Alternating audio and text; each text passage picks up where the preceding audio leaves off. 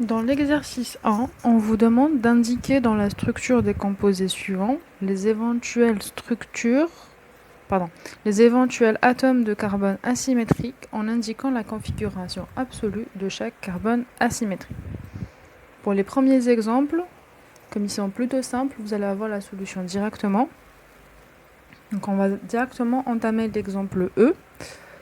Dans l'exemple E, on vous demande de représenter le 2-chloropentane 3-ol. Donc vous devez d'abord commencer par représenter la molécule. Donc un pentane, 1, 2, 3, 4, 5. En position 2, vous allez avoir un chlore. Et en position 3, vous allez avoir une fonction alcool. Donc première chose à faire, c'est de trouver les carbones asymétriques. Donc ici, il ne faut pas oublier comme toujours des hydrogènes. Donc on a 4 groupements différents ici et 4 groupements différents ici. Maintenant, pour représenter la configuration absolue de chaque carbone asymétrique, étant donné que vous n'avez aucune précision, vous pouvez avoir différentes possibilités. Donc moi, je vous conseille de représenter la plus simple. Donc, on va redessiner la molécule de base, la structure de base qui est là. Donc ici, on a un CH3, ici, donc tout ça, c'est un C2H5. Maintenant, nous allons avoir un hydrogène. Donc, automatiquement, l'hydrogène est le numéro 4, toujours le dernier. Donc nous allons mettre l'hydrogène à l'arrière du plan et le groupement restant à l'avant du plan. Pareil pour l'alcool.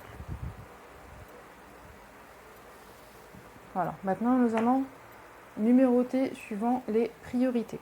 Donc ici, vous allez avoir un chlore, ici un carbone, ici un carbone. Donc le chlore va avoir la position numéro 1. Ici, vous allez avoir donc, le chlore va être supérieur. Ici, vous allez avoir un carbone, donc celui-ci, qui va être lié à un carbone, qui va être lié à un hydrogène et qui va être lié à un oxygène, comparé à un carbone qui est lié qu'à des hydrogènes, celui-ci. Donc celui-là est prioritaire, donc au deuxième niveau. Donc on va avoir numéro 2 ici, donc c'est tout ce groupement-là, et le numéro 3 qui sera là. Bien évidemment, l'hydrogène et le numéro 4. Donc 1, 2, 3.